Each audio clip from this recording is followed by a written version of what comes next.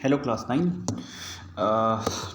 Physics में motion चल रहा था। ठीक है, मोशन में देखते हैं यहाँ तक ये न्यूमेरिकल वी है, we solve it. Okay, now will see speed with direction. Speed होती क्या है? We have discussed that speed is what, S is equal D by T, मतलब डिस्टेंस और टाइम का रेशियो, इस तरह से स्पीड होती है। And speed is a magnitude, मतलब स्पीड अगर कोई बताई जाए कि मेरी स्पीड इतनी थी या है, जैसे मान लो मेरी स्पीड 5 मीटर पर सेकेंड है, ठीक है ना, ये एक क्वांटिटी है, that's it's a magnitude only. हाँ, ये मैग्नीट्यूड है, 5 मीटर पर सेकेंड हम की स्पीड से मूव कर रहे हैं। तो दैट्स वाई एनी क्वांटिटी, कोई भी क्वांटिटी ऐसी जिसमें केवल मैग्नीट्यूड दिया हो उसको कहते हैं स्केलर क्वांटिटी, ठीक है ना। And any quantity which have magnitude, magnitude भी उसमें जैसे 5 मीटर पर सेकेंड, और विद डायरेक्शन भी हो तो उसको बोलते हैं क्या, वेक्टर क्वांटिटी। जैसे फॉर एग्जांपल से मैं बताता हूँ उसको वेक्टर क्वांटिटी। उसको एग्जांपल से कैसे समझेंगे कि जैसे मैं बोलूँ कि मेरी स्पीड 5 मीटर पर सेकेंड है, this is a scalar quantity, क्योंकि 5 मीटर पर सेकेंड है, किधर है कहाँ है कुछ नहीं पता, ठीक है ना। तो तो क्या हुआ, ये it is a scalar quantity. अगर मैं बोलूँ कि मेरी स्पीड 5 मीटर पर सेकेंड है with in the north direction या साउथ डायरेक्शन, तो हमने एक दिशा बता दी ना कि 5 मीटर पर सेकेंड तो है ही, उत्तर की दिशा में है, ये भी बता दिया, या दक्षिण की, या किसी भी दिशा में एक में है। तो जब कोई क्वांटिटी मैग्नीट्यूड जो कि 5 मीटर पर सेकेंड है के साथ साथ डायरेक्शन जो कि मैंने नॉर्थ और साउथ जो भी एक कोई डिसाइड कर लेंगे बताया, मैग्नीट्यूड के साथ साथ डायरेक्शन बताया, तो उसको बोलते हैं वेक्टर क्वांटिटी। तो 5 मीटर पर सेकेंड अगर अकेला बोला जा रहा है, this is a scalar quantity and it is called speed. और जब ये बोला जाएगा कि मेरी स्पीड 5 मीटर पर सेकेंड है नॉर्थ की डायरेक्शन में, तो ये मैग्नीट्यूड और डायरेक्शन दोनों बताया जा रहा है, तो इसको बोलेंगे वेक्टर क्वांटिटी और इसको बोलते हैं वेलोसिटी। तो speed is a scalar quantity and velocity is a vector quantity. I explain the reason. Okay, if any doubt ask. हाँ, अब speed with direction will study by, मतलब पैराग्राफ से पढ़ते हैं। See the rate of motion of an object can be more comprehensive if you specify its direction of motion along with its speed. ज़्यादा comprehensive हो जाएगा ना। The quantity that specifies both these aspects is called velocity. अभी मैंने बताया, velocity is the speed of an object moving in A definite direction. The velocity of an object can be uniform और variable. अब velocity का uniform होना या variable होना क्या मतलब है? अगर यूनिफॉर्म रहेगा तो ऐसे रहेगा कि मान लो अभी मेरी वेलोसिटी 5 मीटर पर सेकेंड नॉर्थ की डायरेक्शन में, तो 5 सेकेंड बाद 5 मीटर पर सेकेंड नॉर्थ की डायरेक्शन में, उसके 5 सेकेंड बाद 5 मीटर पर सेकेंड नॉर्थ की डायरेक्शन में, उसके 5 सेकेंड बाद 5 मीटर पर सेकेंड, मतलब इक्वल इंटरवल ऑफ टाइम में कोई वेरिएशन ना हो, तो ये यूनिफॉर्म होगा। वेरिएबल का मतलब होगा कि वेरी कर जाए, कुछ चेंज हो जाए, ठीक है ना। It can be change by changing the objects speed, direction of motion और बोथ। ये बहुत इंपॉर्टेंट लाइन है। It can be change by changing the objects speed, direction of the motion और both.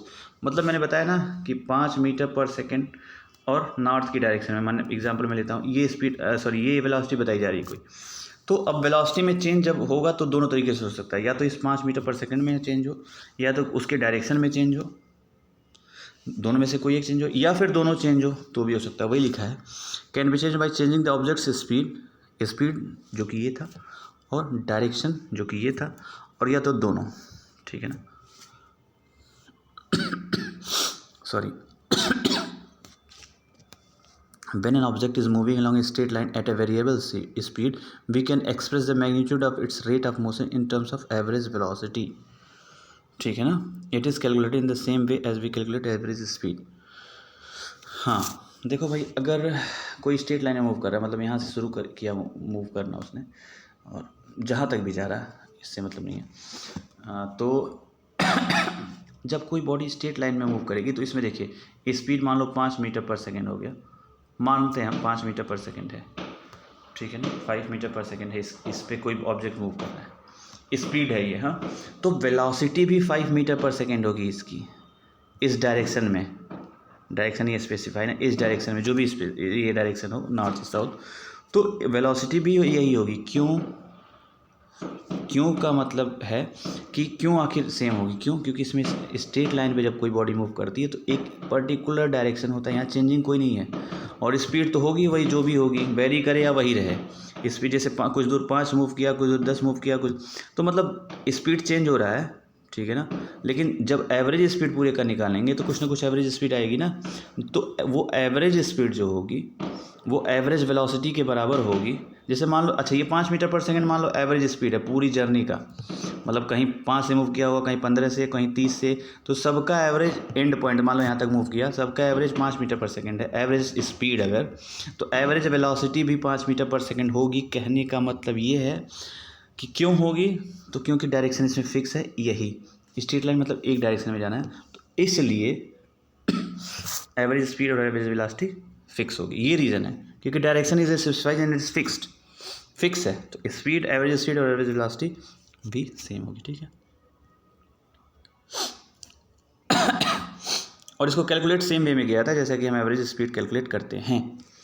In the case of velocity of the object is changing at a uniform rate, then average velocity is given by arithmetic mean of initial velocity and the final velocity for a given period of time। वही जो मैंने speed के लिए बताया था कि average velocity क्या करते हैं, इनिशियल वेलोसिटी और फाइनल वेलोसिटी को सम करके उसको 2 से डिवाइड करते हैं। 2 से डिवाइड क्यों करते हैं, क्योंकि 2 वेलोसिटीज़ हैं, जितनी वेलोसिटीज़ टाइम इंटरवल में होंगी उतने से हम डिवाइड करेंगे, ठीक है ना। बात समझ आ रही ना। जैसे मान लो यहाँ से यहाँ तक स्ट्रेट लाइन कोई मूव किया, इतना 5 मीटर पर सेकंड से किया, फिर 10 से किया, फिर 3 से किया, तो ये 3 वेलोसिटीज़ हो गई ना, तो तीनों को ऐड करके फिर हम 3 से डिवाइड करेंगे। 3 से डिवाइड क्यों करेंगे, क्योंकि 3 वेलोसिटीज़ अलग अलग हैं, ओके। तो this is the reason, okay, this is the reason why we divide by 3 and why we divide by 2। Initial और फाइनल वेलोसिटी बाई 2 करते हैं, ठीक है ना। Where we average is average velocity, average मतलब पूरी यात्रा का एवरेज निकालेंगे। u is the initial velocity and v is the final velocity of the object. Speed and velocity have the same unit, metre पर सेकेंड। ये आपको पता होना चाहिए कि स्पीड और वेलोसिटी की सेम यूनिट होती है, क्योंकि जैसे मान लो स्पीड अगर हम बोलते हैं तो 5 मीटर, सॉरी, अगर हम स्पीड बोलते हैं, इसको काट दो ऐसे, स्पीड बोलते हैं कि 5 मीटर पर सेकेंड है, और वेलोसिटी भी बोलते हैं तो 5 मीटर पर सेकेंड है, बस इसके साथ एक डायरेक्शन जुड़ गया, तो डायरेक्शन की कोई यूनिट ऐसे तो होती नहीं है ना, तो इसलिए यूनिट स्पीड और वेलोसिटी की दोनों की एक होती है, ठीक है ना। समझते चलिए, कोई भी डायरेक्शन कर रहा हूँ, डाउट हो तो पूछिए।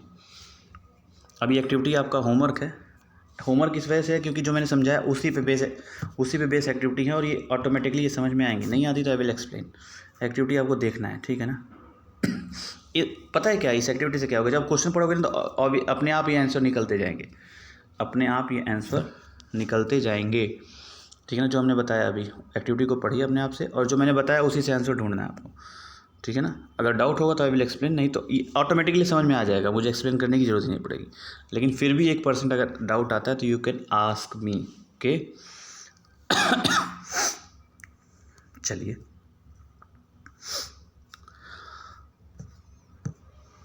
अब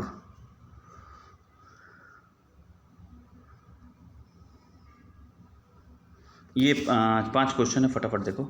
distinguish between speed and velocity मैंने करवाया अभी।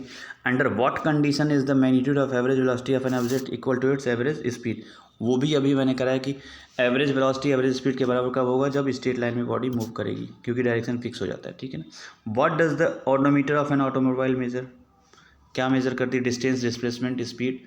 यू हैव टू गूगल, आप गूगल करिए, आप बताइए मुझे कि ऑडोमीटर क्या, गाड़ियों में ऑटोमोबाइल में जो लगा होता है उसमें ऑडोमीटर क्या मेज़र करता है, डिस्टेंस, डिस्प्लेसमेंट या स्पीड या velocity.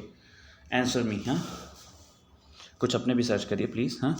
Question number 4, what does the path of an object look like when it is in uniform motion, ये भी सर्च करें आप। यूनिफॉर्म मोशन में कुछ बच्चों का reply, even I took the class of the same, they replied it's look like in uniform motion, ISY। तो आप भी मुझे रिप्लाई करें कि अगर कोई ऑब्जेक्ट जो है यूनिफॉर्म मोशन करता है तो वो उसका पाथ कैसा होगा, ये मुझे आंसर चाहिए। कुछ ने बोला स्ट्रेट लाइन, अच्छा स्ट्रेट लाइन, अच्छा I accept straight line, why, you have to explain. तो ये 3rd और 4th प्लीज़ आंसर मी, 5 में करवाता हूँ। During an experiment A signal from A space ship reach the ground station in the 5 minute. मान लो ये ground है और ये कोई स्पेस में कोई स्पेस शिप है और यहाँ से यहाँ आने में 5 मिनट लग जाता है सिग्नल को। मतलब स्पेस से अर्थ के ग्राउंड, मतलब ग्राउंड पे पहुँचने में, ये अंदर नहीं जाना धरती के अंदर, सरफेस पे, ठीक है ना, सरफेस पे पहुँचने में 5 मिनट लग जाता है, ठीक है ना। What was the distance of the spaceship from the ground station? यहाँ से की डिस्टेंस निकालनी है। The signal travels at the speed of light, that is 3, मतलब स्पीड दे रखा है क्या, 3 × 10⁸ मीटर पर सेकेंड, ठीक है ना। अब आपको निकालना है फार्मूला, देखिए क्या होता है, S = d/t, ठीक है ना। निकालना क्या आपको, what was the distance of the spaceship, मतलब डी निकालना है ना। तो जब डी फार्मूले में लिखेंगे, डी = S × ये जैसे ट्रांसफ़र होगा ना एस के साथ, तो डी = S × t हो जाएगा, ठीक है। डी = S × t हो जाएगा। स्पीड क्या दे रखी है, 3 × 10⁸, ये 10⁸ है, ठीक है ना, स्पीड है ये। और हाँ, टाइम कितना है, 5 मिनट, टाइम इज़ 5 मिनट। तो टाइम से मल्टीप्लाई यहाँ किया हो तो यहाँ भी 5 से मल्टीप्लाई करेंगे, लेकिन फिर 60 से मल्टीप्लाई कर देंगे, क्योंकि इसको 5 मिनट को सेकंड में चेंज करना होगा। क्यों, क्योंकि ये वाली जो यूनिट है वो मीटर पर सेकंड में है। तो जब यहाँ टाइम, एक जगह टाइम की यूनिट, मतलब टाइम जहाँ इंक्लूड है वहाँ सेकंड कर रहे हो, तो दूसरी जगह भी सेकंड 5 को करना पड़ेगा, ठीक है ना, मिनट में नहीं रह सकता। तो इसको करेंगे और इसको कैलकुलेट करेंगे तो आंसर आ जाएगा, ठीक है ना। ये क्वेश्चन नंबर 3 और 4 इसमें आपको होमवर्क दिया है मैंने। अब एग्जाम्पल 8.2 और एग्जाम्पल 8.3 ये आप प्लीज़ करें अपने से, बहुत ही ईजी है, ईजी से भी ईजी, नहीं तो मैं नेक्स्ट क्लास में एक्सप्लेन करूँगा 8.2 और 8.3। और फिर हम अगला टॉपिक पढ़ेंगे क्या, rate of change of velocity, ठीक है ना, rate of change of velocity we will discuss. अब तक हमने क्या पढ़ा, rate of change of motion, rate of change of motion से मिला क्या, स्पीड और वेलोसिटी। अब हम rate of change of velocity पढ़ेंगे, ठीक है ना, और इसी को बोलते हैं acceleration. We will discuss in the next class. If any doubt please ask. Okay, thank you.